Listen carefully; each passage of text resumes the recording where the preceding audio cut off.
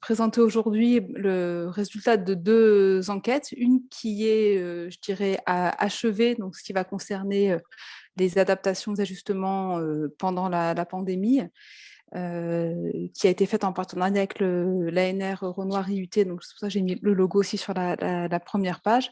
Et puis, une deuxième recherche qui est en cours, qui a commencé il n'y a pas longtemps, qui est liée cette fois-ci, donc en effet, à la mise en œuvre de, du nouveau diplôme des IUT, donc, qui est un diplôme en 3 ans et qui est avec aussi une nouvelle approche pédagogique.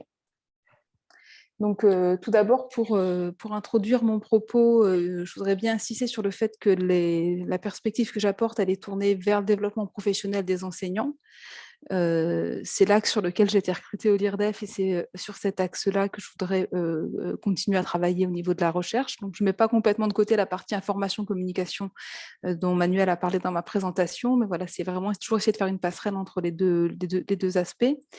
Et il y a eu beaucoup de travaux qui ont été présentés dans le cadre de ce séminaire qui étaient autour de la question des étudiants. Et voilà, donc c'est vrai que c'est bien parce que c'est complémentaire. Moi, j'ai pas du tout travaillé sur les étudiants, donc ça permet aussi d'avoir une complémentarité dans les travaux qui sont présentés. Donc, comme je l'ai dit, la première partie, tout ce qui va concerner la pandémie, ça a été surtout développé dans le cadre de l'ANR Renoir IUT. Donc, c'est un projet NR qui a commencé en janvier 2019. Moi, je l'ai rejoint en cours de route après avoir fini ma thèse. Donc, en 2020, j'ai rejoint le projet. Il va jusqu'en 2023 et il y a un colloque qui organisé par l'équipe du projet qui aura lieu à Clermont-Ferrand le 17 et 18 octobre, donc sur la question des ressources d'enseignement et de la professionnalisation dans l'enseignement supérieur. Il y a encore temps de s'inscrire, donc voilà, j'en profite pour faire également un petit peu de promotion. En tous les cas, vous invitez à cet événement scientifique qui sera très intéressant. Je voudrais également en introduction présenter le contexte spécifique des IUT, donc c'est instituts universitaires de technologie qui ont été longtemps une bizarrerie française. On a un peu l'équivalent avec les cégeps au Canada, mais c'est quand même pas tout à fait la même chose. Et donc, les IUT sont rattachés aux universités. Donc, l'IUT où je travaille, c'est une composante de l'Université de Montpellier. Mais il y a quand même des éléments très spécifiques, notamment avec un programme national qui est défini pour chaque spécialité. Donc, avant, c'était le programme pédagogique national. Maintenant, avec la nouvelle réforme, c'est juste le programme national. Donc, il y a un cadre quand même contraint sur les contenus d'enseignement. Ce n'est pas comme les licences qui font leur accréditation et qui définissent leur propre programme. Donc, il y a ce cadrage national qui crée une identité très forte dans les IUT. Également, par rapport aux licences, un taux d'encadrement extrêmement élevé avec 80% de TD et de TP. Donc, beaucoup de cours en petits groupes, des emplois du temps très chargés pour les étudiants avec environ 30 heures de cours hebdomadaires. Donc ça, c'est quand même une particularité. Et puis également, ce lien très fort avec le monde professionnel, puisque les IUT ont été créés pour faire des cadres intermédiaires, donc au départ à niveau Bac+2, maintenant à Bac+3 avec le BUT, et donc qui entretiennent une relation très étroite aux entreprises et aux entreprises du territoire spécifiquement dans lequel sont situés les IUT. Donc c'est quand même un contexte assez différent de celui des licences. Et donc voilà, étant moi-même enterrée en IUT, c'est vrai que c'était une facilité d'avoir accès à ce terrain-là pour faire de la recherche. Sur le plan plus théorique, donc les travaux que je propose s'inscrivent notamment dans la didactique professionnelle. Je souscris complètement au point de vue de Samur-Serra Rabardel sur le fait que toute activité est à la fois productive et constructive. Donc productive à la fois, il y a un résultat concret qu'on peut observer, exemple le diaporama que j'ai fait pour cette présentation, et puis constructive, le fait de préparer cette présentation m'a permis aussi par le travail intellectuel de voir des choses que je n'avais pas forcément vues avant, de développer des nouvelles compétences. Donc toujours cette double dimension dans l'activité. Et puis également, l'objectif de la didactique professionnelle, c'est d'analyser l'activité des êtres humains pour alimenter la formation et passerait notamment, je le cite, dit que tout ce qui favorise l'intelligence au travail génère du développement. Et la question que je me suis posée, c'est quelles sont les situations qui vont favoriser justement l'intelligence au travail et le développement professionnel au travail. Et là, je me suis également toujours basée sur les travaux de Pierre Pastré. Il répond un petit peu à cette question dans son ouvrage de synthèse sur la didactique professionnelle qu'il a publié en 2011, et il donne un petit peu un cadre pour dans quelles situations en fait, vont permettre le développement professionnel. Il y a 3 piliers à ce développement. D'une part, des situations de discordance au sens de Vygotsky, c'est-à-dire une différence entre les représentations des personnes, de qu'elles ont de l'activité et la tâche qu'elles réalisent. Et donc, cette situation de discordance fait qu'il y a un potentiel d'apprentissage, mais ce n'est pas suffisant. Il faut également que les personnes soient prêtes à ouvrir leur esprit à d'autres manières de travailler, d'agir, de penser. Donc, s'il n'y a pas cette ouverture, on peut être dans une situation de discordance, il n'y aura pas forcément d'apprentissage et de développement. Et puis, le troisième pilier, c'est l'engagement dans l'action, le fait de faire les choses et d'être personnellement engagé dans l'action. Et donc, c'est ces 3 piliers qui permettent le développement professionnel d'après Pastré. À partir de ça, moi, j'ai travaillé dans ma thèse sur des situations de mutation. Donc, juste un petit mot rapide pour dire, c'est que j'ai étudié des enseignants du secondaire pendant la mise en œuvre de la réforme du collège de 2016, avec notamment l'introduction de nouveaux enseignements comme l'algorithmique dans les cours de mathématiques et de technologie, alors que c'est des enseignants qui n'avaient jamais travaillé l'algorithmique, donc voir comment ils se sont adaptés, qu'est-ce qu'ils ont dû faire pour pouvoir enseigner ces nouveaux enseignements. Donc, j'ai défini les situations de mutation comme des situations inédites qui nécessitent de s'adapter à un contexte nouveau et qui revêt un caractère irréversible. Et mon hypothèse, c'était qu'en étant confrontés à des situations de mutation, les enseignants étaient obligés de s'adapter et c'était vraiment des situations qui étaient propices au développement professionnel. Donc, dans la présentation d'aujourd'hui, j'ai été extrêmement ambitieuse, en fait. Donc, je ne sais pas si je vais réussir à aller au bout, peut-être que je ferai passer un peu rapidement sur certaines parties. La première partie, qui sera la plus longue, donc, concerne les adaptations qui ont été réalisées à l'IUT pendant la pandémie de Covid-19, avec, comme partout, une médiation numérique des enseignements et une difficulté à gérer qui a été l'appauvrissement des interactions avec les étudiants à cause notamment de la perte du non-verbal, de l'absence de présence. Et donc ça a généré beaucoup de difficultés. Et donc voilà, on a mené toute une enquête avec plusieurs collègues pour essayer de voir comment les enseignants s'étaient adaptés à cette situation. Et puis un deuxième travail, donc beaucoup plus récent, sur la mise en place de la démarche portfolio, donc dans le cadre de la réforme des IUT, avec les éléments que Manuel a rappelés tout à l'heure lors de l'introduction, c'est-à-dire la mise en place de l'approche par compétences dans une visée très normative, avec voilà, un accompagnement du Lab7, qui est un laboratoire belge, sur la vision proposée par Tardif. Une réorganisation des enseignements aussi liée à cette approche par compétences, aussi une nouvelle modalité d'évaluation assez différente de ce qui existait jusqu'à présent. Voilà, donc pour cette introduction, donc sur la première partie, donc vraiment comment les enseignants se sont adaptés, quels ajustements ils ont mis en œuvre pendant la pandémie. Donc, comme j'ai dit, le terrain sur lequel je travaille, c'est l'IUT Montpellier 7, sur lequel je suis en poste déjà depuis 2015. Et donc, pour rappeler un petit peu la temporalité de cette période, donc à partir de mi-mars, décrètement du confinement, arrêt complet des enseignements, donc je dirais que partout en France, voire même dans le monde, un confinement complet avec l'enseignement 100% à distance jusque la fin de l'année universitaire 2020. Ensuite, à la rentrée suivante, un temps d'accueil en jauge réduite. Donc, pour nous, ça signifiait pas de cours magistraux en présentiel, mais les TD pouvaient avoir lieu. Donc, sur l'enseignement LUT, pour nous, ça n'a pas beaucoup changé. Ensuite, on est repassé sur un deuxième confinement plus souple, où là, seuls les TP pouvaient avoir lieu en présentiel et tout le reste était en distanciel. Et puis, à partir du février 2021, un assouplissement progressif avec le retour des étudiants, mais en mi-jauge, donc même sur le format TD. Soit c'était un cours une semaine sur 2, ce qui a été l'option choisie par certains départements, ou dans d'autres départements, une option vraiment en enseignement hybride et comodal, avec la moitié des étudiants présents dans la salle et les autres présents à distance. Donc voilà, pas mal d'expérimentations différentes et de variations de ce contexte. Et donc l'enquête que je vais présenter, elle a démarré d'abord par un questionnaire exploratoire à la fin de la première période de confinement, un questionnaire qui a été diffusé en juin 2020. Et puis ensuite, une année après, donc des entretiens semi-directifs. Et au milieu pendant toute cette période, ma propre observation de la situation, hein, et j'ai utilisé le terme de participation observante sur lequel je reviendrai tout à l'heure, et puis une collecte également des données de l'activité réalisée sur un des outils qu'on a mis en place au niveau du département dans lequel je suis en poste pour pouvoir maintenir les enseignements.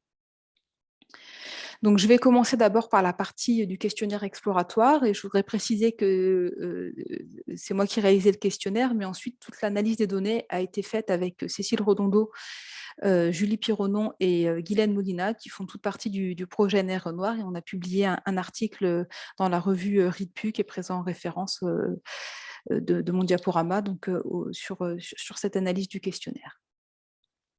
Donc rapidement, une petite description au niveau de la méthodologie. Donc c'est un questionnaire qui était quand même relativement long, avec une vingtaine de questions ouvertes, une vingtaine de questions fermées à peu près, avec des questions autour des évolutions des usages dans les ressources. C'était l'essentiel du questionnaire. Il y avait une petite partie sur la question de la plateforme Discord, voilà, qui m'intéressait également, et puis ensuite des informations biographiques pour pouvoir faire jouer un petit peu quelques variables et avoir les caractéristiques de l'échantillon. Ce questionnaire a été diffusé à l'ensemble des enseignants permanents et vacataires de l'IUT, soit au total environ 700. On a récupéré 89 réponses, et après avoir filtré les réponses, on en a eu 60 qui étaient exploitables, où les gens avaient réellement répondu à l'ensemble des réponses. Donc après des analyses classiques à base de tri à plat et de tri croisé pour les questions fermées, et puis pour les questions ouvertes, une analyse thématique en faisant une catégorisation a posteriori, donc en s'appuyant sur l'approche de la théorisation ancrée. Donc, quelques éléments déjà sur les caractéristiques. Au niveau du statut, on a une majorité d'enseignants-chercheurs, essentiellement des maîtres de conférences, quelques professeurs des universités, et puis une part aussi importante d'enseignants du secondaire détachés dans le supérieur, hein, les statuts de Prague et PRCE, qui est assez représentatif finalement de la population des permanents en IUT. Et par contre, on a eu assez peu de répondants vacataires et contractuels qui, en réalité, constituent une grosse part des enseignants. Mais voilà, n'étant pas titulaires, se sont peut-être sentis moins mobilisés, moins concernés par le questionnaire. Voilà, un petit focus aussi sur le genre avec voilà, à peu près moitié-moitié, un petit peu plus de femmes, mais voilà, ça, c'est pas très significatif comme différence. Et au niveau de l'ancienneté, on a aussi voilà, un public qui est très hétérogène, avec globalement des gens qui sont assez anciens, mais on avait des répondants qui étaient dans leur première année d'enseignement et d'autres qui étaient quasiment en fin de carrière. Donc voilà, une hétérogénéité assez importante dans le public des répondants. Voilà, même si 60 personnes, c'est pas significatif au niveau statistique, voilà, c'est quand même assez représentatif par rapport aux données statistiques des statistiques de l'enseignement supérieur, du ministère de l'enseignement supérieur. Au niveau des départements d'enseignement qui sont représentés, on a la totalité des départements de l'IUT qui sont représentés. Alors voilà, pas forcément énormément de répondants à chaque fois. Et puis également sur les disciplines enseignées, une majorité d'enseignants qui sont sur les sciences et technologies, ce qui est assez logique à l'IUT, pas mal d'enseignants sur droit-gestion, ce qui correspond aussi au département tertiaire, techniques de commercialisation, gestion des entreprises d'administration, et puis quelques enseignants de communication, voilà, que j'attribue au fait que comme ce sont mes collègues et c'est moi qui leur envoyais le questionnaire, donc peut-être ils ont par sympathie plus répondu que les autres. Bon, pas mal d'enseignants d'anglais aussi qui ont répondu au questionnaire. Voilà. Quelques éléments sur les résultats. Donc, la première question portait sur le renouvellement des ressources d'enseignement, puisque là, sur Renoir, on focalise vraiment sur cette question des ressources. Et je dirais le résultat qui est pour moi significatif, c'est qu'on a quand même beaucoup beaucoup d'enseignants qui ont renouvelé une grande partie ou la totalité de leurs ressources. Plus de la moitié des répondants ont vraiment fait un effort sur le renouvellement des ressources pour pouvoir s'adapter à cette situation. Donc ensuite, on avait posé une question ouverte pour savoir quel était, donner un exemple d'évolution particulière, particulièrement marquante de vos ressources. Donc, on a eu beaucoup de réponses à ces questions ouvertes. Et donc, à travers la recatégorisation donc, de notre analyse, on a retenu trois types de renouvellement, soit simplement une numérisation des cours, donc c'est le même contenu, juste qui a été passé au mode numérique. Par exemple, on a fait un diaporama, là, il y a quelques exemples qui sont marqués, diaporama sonorisé, utilisation de Moodle pour certains éléments de cours. Pas mal de production de vidéos aussi, donc soit des vidéos notamment pour remplacer les TP, je reviendrai dessus tout à l'heure, ou des diaporamas sonorisés aussi que les étudiants pouvaient utiliser en autonomie. Et puis on a aussi quelques enseignants qui ont vraiment fait des modifications structurelles dans les contenus, qui ont vraiment modifié les contenus pour les adapter au travail en distanciel en petits groupes, mais ça reste assez minoritaire. Sur les différents outils que les ont utilisés, alors je ne suis pas sûre que le diagramme soit forcément extrêmement lisible.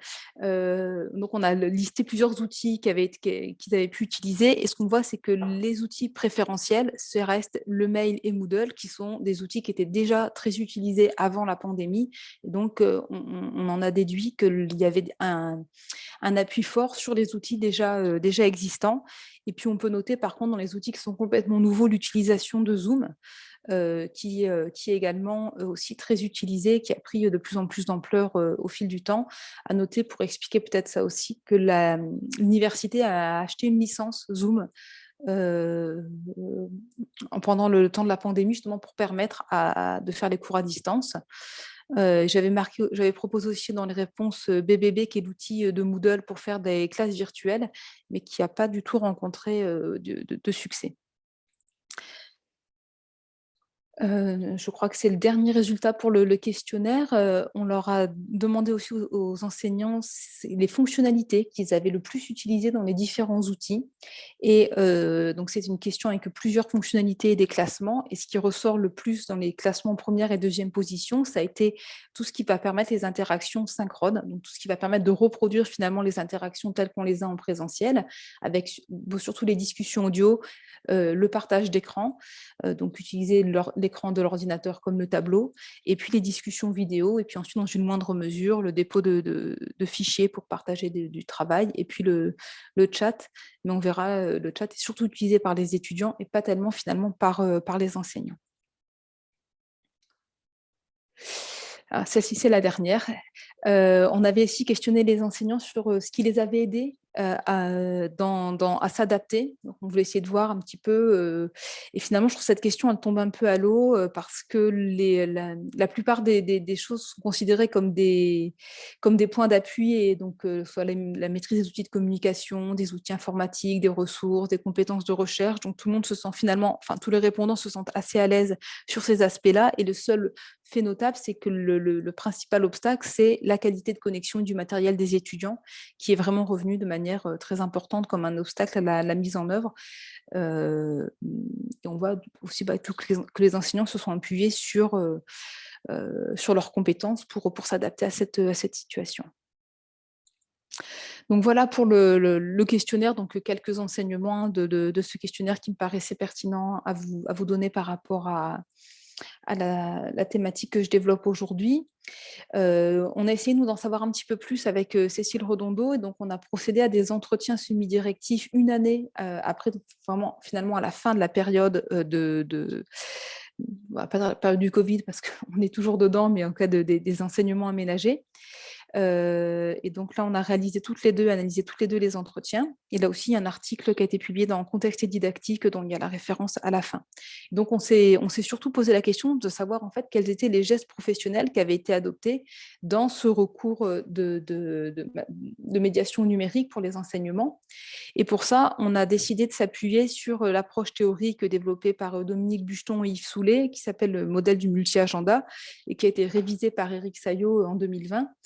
Et donc, pour expliquer un petit peu cette approche-là, donc ces auteurs ont identifié des préoccupations, des macro-préoccupations, dire quels sont finalement les éléments qui vont motiver les enseignants dans leur activité. Donc, ils ont identifié 5 macro-préoccupations.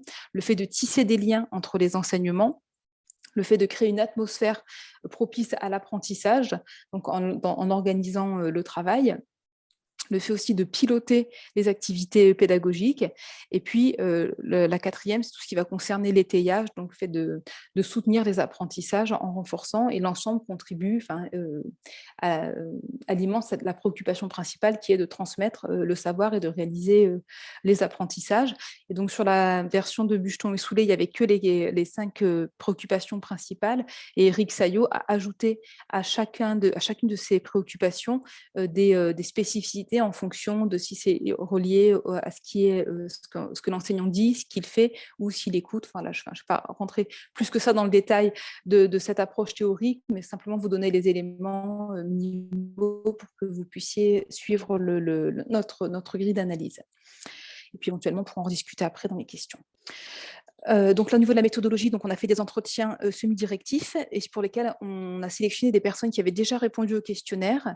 On a réduit les répondants à des personnes qui rentraient dans le cadre des enseignements et des départements étudiés dans le projet Renoir IUT. On a également choisi uniquement des personnes qui avaient renouvelé une grande partie ou la totalité de leurs ressources. Et puis, on a essayé aussi de faire un contraste entre des gens qui avaient une réticence au numérique, on pouvait identifier dans les réponses ouvertes, et d'autres, mais bon, c'est un critère optionnel. Et après, donc, au total, on avait 27 personnes, donc on était assez optimiste sur le fait de pouvoir faire beaucoup d'entretiens. Puis finalement, il n'y a que 5 personnes qui ont accepté de nous rencontrer.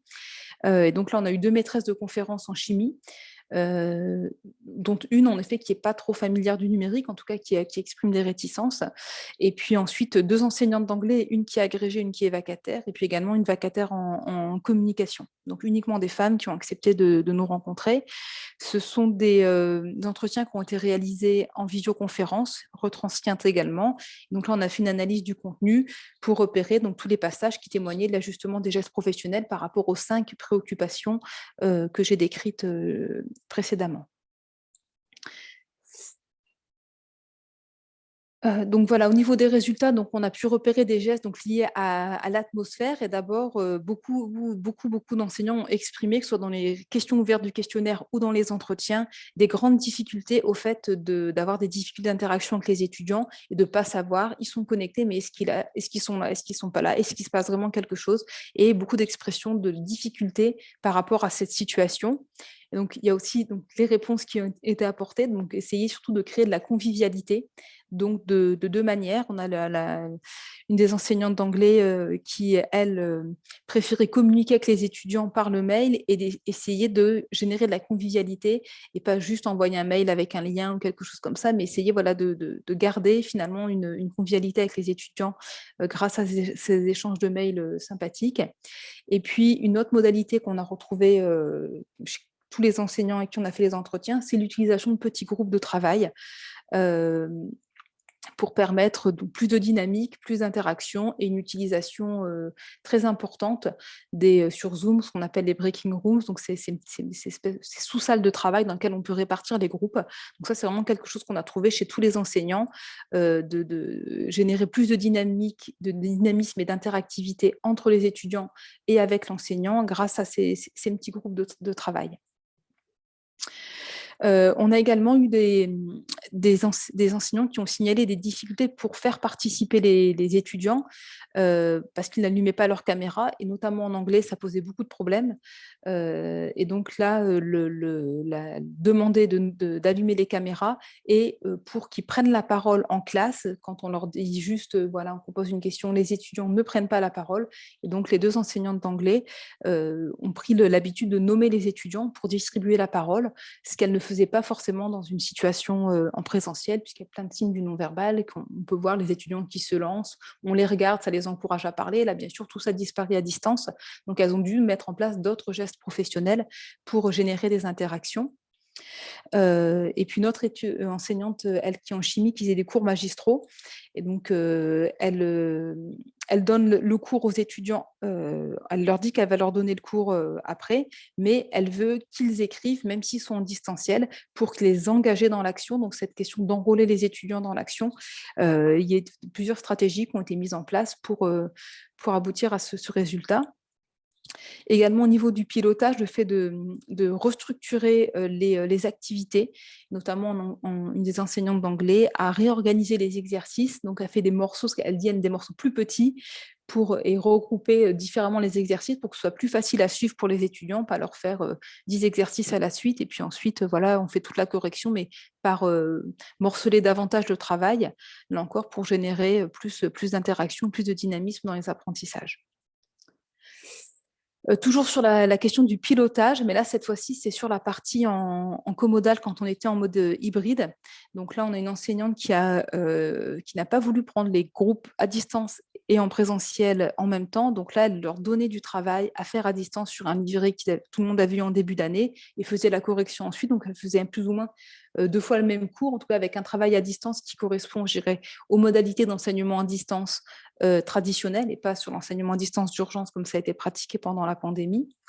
Et puis d'autres qui avaient les deux en présentiel et en distanciel avaient surtout pour souci de pouvoir être vus et entendus de tout le monde. Et donc pour ça, c'est passé par une médiation technique importante avec des barres de captation pour lesquelles le département s'est équipé de manière à pouvoir à ce que l'ensemble de la classe puisse suivre, qu'il soit ou pas dans les locaux. Et enfin, dernier exemple par rapport au comodal. Là, c'était vraiment une difficulté, encore une fois, de s'adresser à chacun. Et cette enseignante dit, je faisais presque 2 cours en un. Et malgré cette expérience-là, elle n'est pas sûre qu'elle serait capable de le refaire dans le même contexte, parce que c'était vraiment très, très difficile pour elle de devoir gérer à la fois des étudiants présents dans la salle et des étudiants à distance. Il y a un autre passage où elle dit que ça l'a beaucoup épuisé de faire ça, que c'était très difficile. Ensuite, pour tout ce qui est lié à l'étayage, donc le fait de consolider les apprentissages, là, on retrouve l'utilisation du chat. Et donc, cette enseignante, donc c'est enseignante de chimie, c'est la même qui disait tout à l'heure qu'elle voulait que les étudiants écrivent. Elle note aussi la difficulté de participation des étudiants à l'oral dans les cours à distance. Et du coup, elle a vu qu'ils participaient beaucoup plus à poser des questions via le chat. Et donc, elle a utilisé beaucoup le chat pour répondre aux questions et pour expliquer les choses. Et puis, on voit aussi dans les choses qui se sont mises en place pendant la pandémie et qui ne se faisaient pas forcément avant, c'était de donner les cours aux enseignants, aux étudiants, donner plus de ressources aux étudiants, notamment via Moodle ou les envoyer par mail, avec la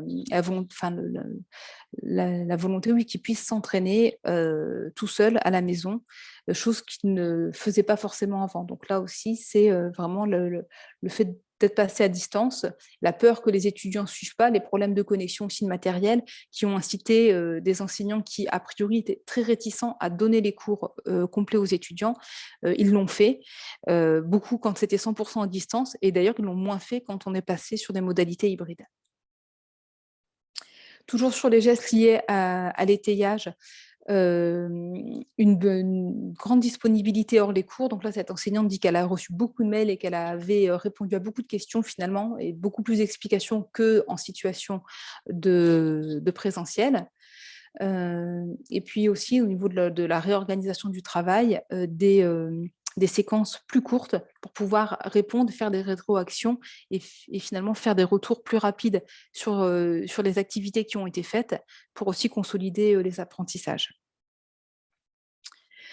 Ensuite, les gestes donc liés au tissage, le fait de faire des liens entre les savoirs, c'est pas une préoccupation qui était très présente dans les entretiens quand on les a analysés, et c'était beaucoup la préoccupation de pouvoir représenter le savoir, notamment en chimie, avec une difficulté qu'on n'a pas forcément en communication en anglais, qui est celle de représenter finalement les molécules.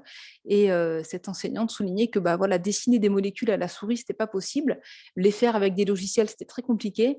Et donc, elle a dit, voilà, j'avais la chance d'avoir une vieille tablette et de pouvoir du coup dessiner comme au tableau. Donc, cette volonté de pouvoir refaire comme au tableau et malgré la médiation technique, de pouvoir dessiner les molécules. Et puis une autre difficulté spécifique aux enseignements de sciences, c'est notamment la question des TP, où les étudiants doivent manipuler. Donc pendant le premier confinement, cette enseignante de chimie, elle a réalisé tous les TP, elles l'ont fait à deux avec une collègue, elles se sont filmées pour que les étudiants puissent voir les manipulations, même s'ils ne pouvaient pas les réaliser. Et donc, ils ont en plus créé tout un tas de ressources pour les étudiants, notamment des fiches de préparation et des fiches de résultats qui n'existaient pas avant. Donc, ça a été vraiment des créations de ressources importantes, avec en plus pour ces enseignantes une difficulté, c'est que là, ça concernait les étudiants de première année.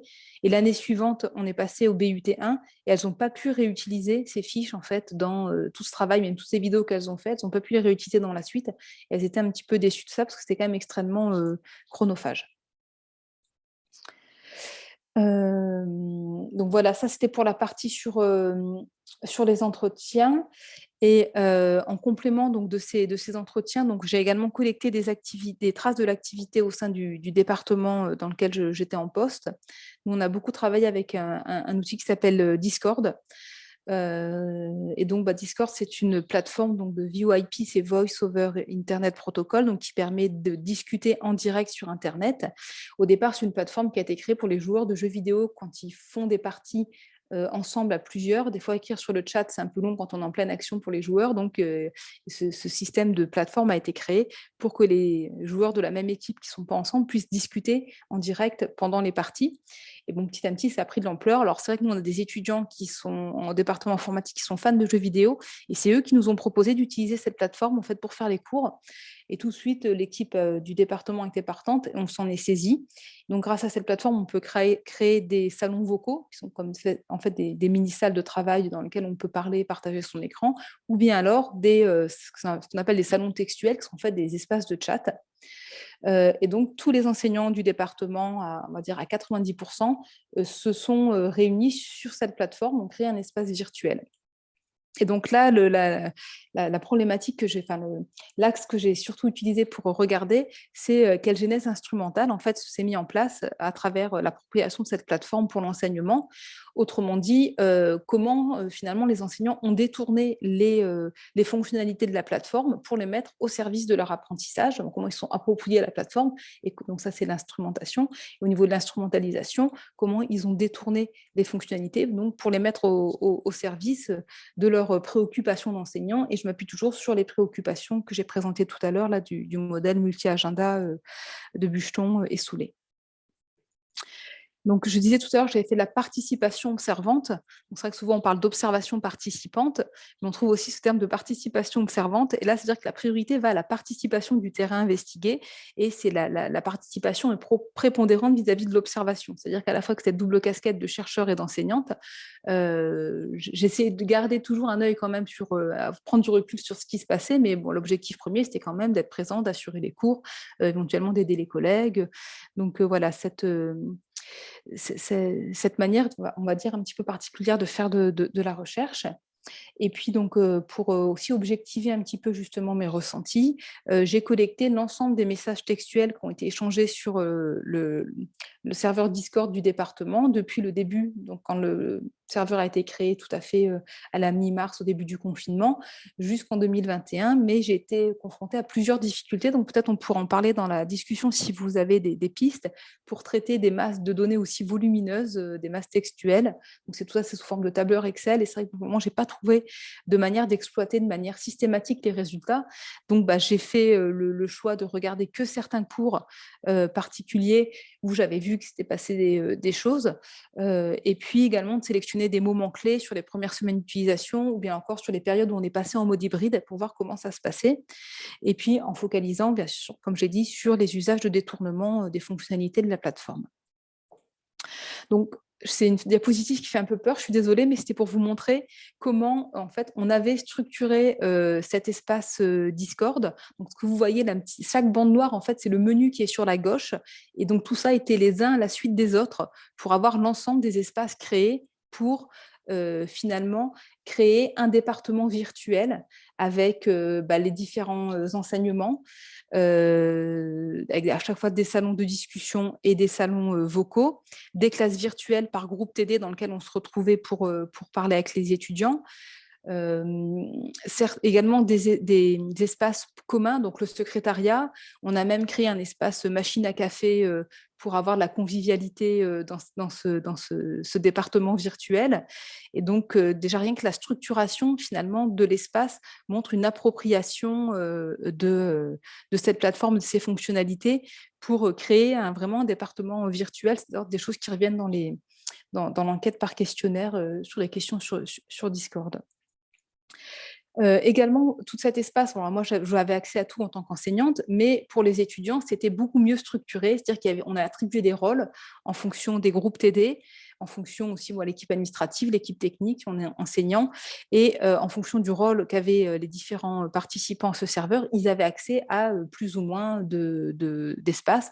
Par exemple, les étudiants du groupe S1 ne voyaient que ce qui les concernait eux, plus les matières. Alors, on a réutilisé ce serveur également quand on est passé sur la deuxième phase de confinement à partir d'octobre 2021 jusqu'à février. Et là, cette fois-ci, on avait les premières années et les deuxièmes années, donc on a simplifié un petit peu, allégé, avec juste des espaces par groupe TD. Mais en tous les cas, ça démontre d'une structuration vraiment pour piloter les activités pédagogiques avec une organisation pensée par l'ensemble des enseignants, même si il y a un petit groupe qui a piloté tout ça, mais voilà, une consultation et une formation par les pairs aussi pour s'approprier cet outil pour ceux qui n'en étaient pas du tout familiers, ce qui était mon cas par exemple au début du confinement. Donc voilà, premier élément. Ensuite, pour tout ce qui va être des messages, je voudrais faire quelques remarques générales parce que c'est essentiellement en fait les étudiants qui ont rédigé les messages. 80% des messages qui sont postés sont des messages qui sont postés par les étudiants. Et, soit ils posent des questions à l'enseignant, et donc l'enseignant est plutôt en mode vocal, et les étudiants posent leurs questions à l'écrit pendant le cours. Également, on a des étudiants qui répondent aux autres étudiants. Donc, on a des étudiants qui posent des questions pendant qu'on est en train de faire le cours. Et avant même que nous, on réponde, on a des étudiants qui répondent. Donc, voilà, ça suppose d'avoir quand même un œil sur le chat de manière assez... de bien regarder ce qui s'y passe en même temps qu'on fait notre cours. Et puis, on a également des choses qui sont plus de l'ordre du bavardage, soit des commentaires sur le cours, soit des commentaires sur l'ambiance. Mais vraiment, là, je pense que le terme canadien de clavardage est tout à fait approprié avec une ambiance du coup assez détendue pendant les cours. Et voilà, c'était assez intéressant de revoir que même à l'écrit, il y avait ce besoin de générer des interactions et de la convivialité aussi à ce niveau-là pour les étudiants. Donc, comme j'ai dit, les intervenants interviennent surtout à l'oral, donc ce qui n'est pas forcément évident pour ensuite interpréter les messages, mais on a malgré tout, j'ai essayé de voir quelles étaient les intentions dans leurs messages par rapport aux préoccupations donc, du modèle du multi-agenda que j'ai proposé tout à l'heure. Bon, je vois, je suis quasiment au bout du temps. Je ne vais pas du tout réussir à dire tout ce que je veux dire, donc c'est pas grave. Je vais essayer d'accélérer un petit peu.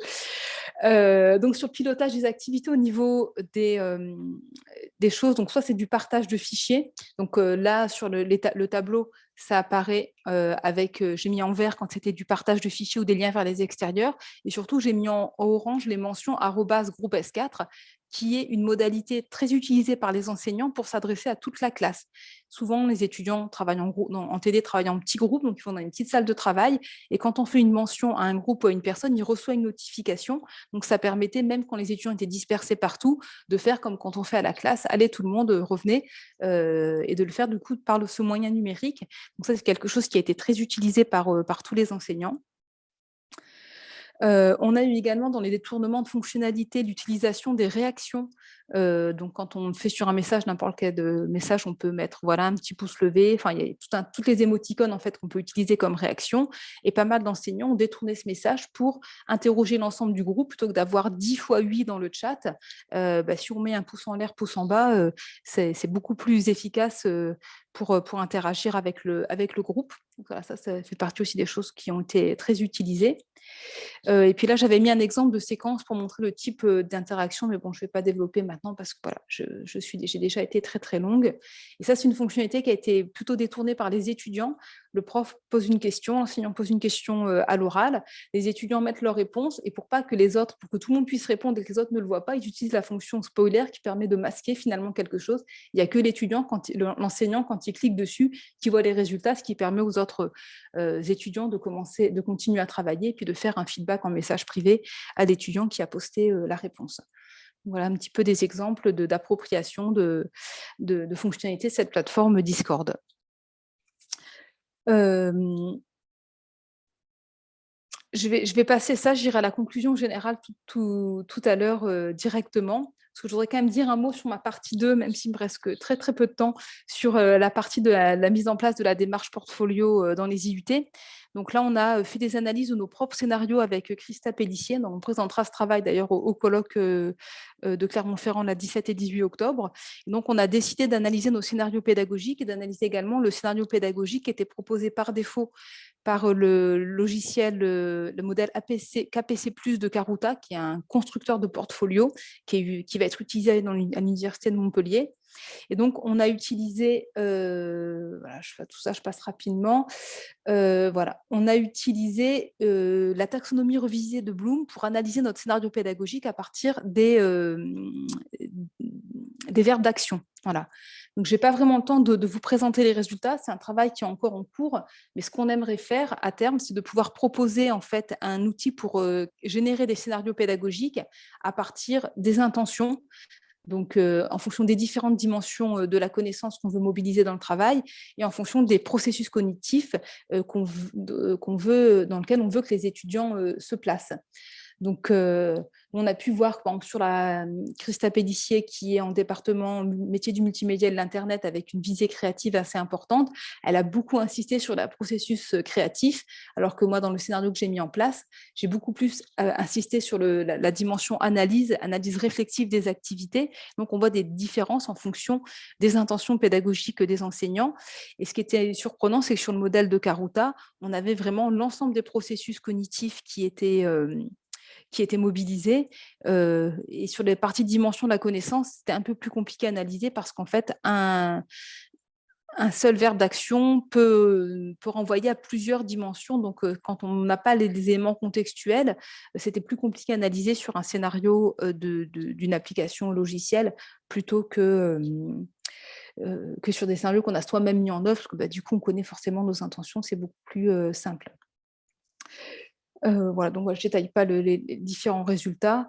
Voilà, donc ce qu'on s'est rendu compte, ce qu'on s'est posé comme question, en fait, on s'est surtout posé beaucoup de questions à l'issue de cette analyse.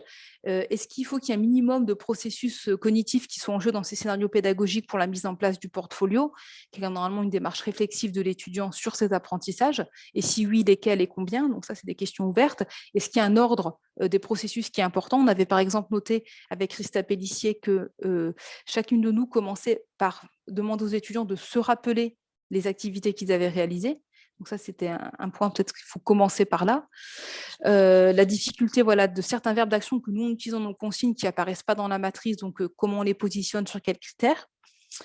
Et puis donc notre objectif, proposer des scénarios pédagogiques et éventuellement en fonction du niveau, et puis probablement d'autres paramètres à prendre en compte. Et donc on aimerait bien poursuivre ce travail en diffusant un questionnaire de grande ampleur sur l'ensemble des terrains du programme Renoir IUT, parce qu'il y a une dizaine d'IUT qui sont étudiés dans le cadre de ce programme, et puis donc à terme pouvoir proposer un outil méthodologique. Voilà. Donc j'ai fait vraiment tout à fait en accéléré. Et pour aller à la conclusion, prendre peut-être un petit peu plus le temps de conclure. Déjà, sur les limites méthodologiques de cette enquête, que ce soit sur la première exemple ou le deuxième exemple que j'ai évoqué rapidement, on est sur des petits échantillons, un petit nombre d'entretiens. Même sur le questionnaire, statistiquement, les réponses ne sont pas vraiment nombreuses. Il aurait fallu le diffuser beaucoup plus largement pour avoir des choses significatives. Donc, on reste sur des choses exploratoires qui sont difficiles à généraliser, mais qui donnent quand même des éléments déjà de réflexion. Déjà, premièrement, le fait d'être dans une situation inédite contraint à faire évoluer les pratiques. Et là, peut-être distinguer dans la partie pandémie où tous les enseignants étaient obligés de travailler à distance. Il y a eu un engagement personnel et on a pu voir vraiment des évolutions de pratiques avec l'appropriation de nouveaux outils, ce qui n'est pas le cas dans le cadre du BUT où finalement, il reste, surtout sur le portfolio, il y a une personne ou deux qui est responsable au niveau de chaque département et finalement, c'est surtout cette personne qui essaye de proposer des choses et on rencontre de grandes résistances au changement dans les équipes pédagogiques. Donc, on n'est pas du tout sur un contexte similaire et de fait, est-ce que la mise en place de la démarche portfolio est une situation de mutation? À l'issue de ce travail, j'en suis pas persuadée. On a pu également noter une forte capacité d'adaptation des enseignants en IUT en s'appuyant sur des pratiques déjà existantes pour construire de nouvelles pratiques. Donc, en IUT, il y a beaucoup de travail en petits groupes dans les TP et même dans les TD. Et donc, on a vu l'utilisation de salles de travail de groupes virtuels euh, pour, euh, pour pouvoir reproduire cette pratique de présentiel. Et on a aussi vraiment une prépondérance des activités en synchrone avec du coup des échanges directement vocal, audio, du partage d'écran. Et ça, c'est assez différent de ce qu'on pratique dans l'enseignement à distance. Voilà, je n'ai pas fait un rappel ici des pratiques de l'enseignement à distance, mais normalement, on est plutôt sur des activités asynchrones et ponctuellement du synchrone, mais avec des regroupements en présentiel dans l'année, quelques-uns, et puis quelques activités synchrones, mais l'essentiel ne se fait pas de manière, se fait chacun chez soi, en fait, dans l'enseignement à distance. C'est le cas des MOOC et tout ça, par exemple. Voilà. Et enfin, la difficulté finalement à mesurer le développement professionnel et de mesurer réellement le changement en profondeur des pratiques. Certes, il y a une évolution, il y a une adaptation, mais quand on questionne les enseignantes pour savoir quelles ressources elles ont produites pendant le confinement et qu'elles ont réutilisées, très très peu, quasiment pas. Alors, il y a le télescopage avec le changement de programme, ça c'est sûr, mais il y a aussi probablement d'autres éléments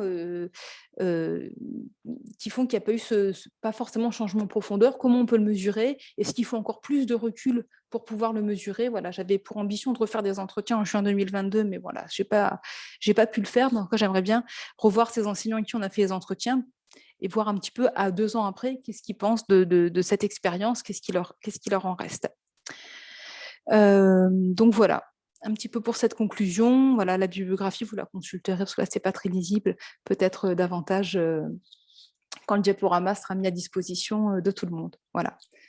Merci de votre attention et du coup, voilà, je vous écoute pour les questions.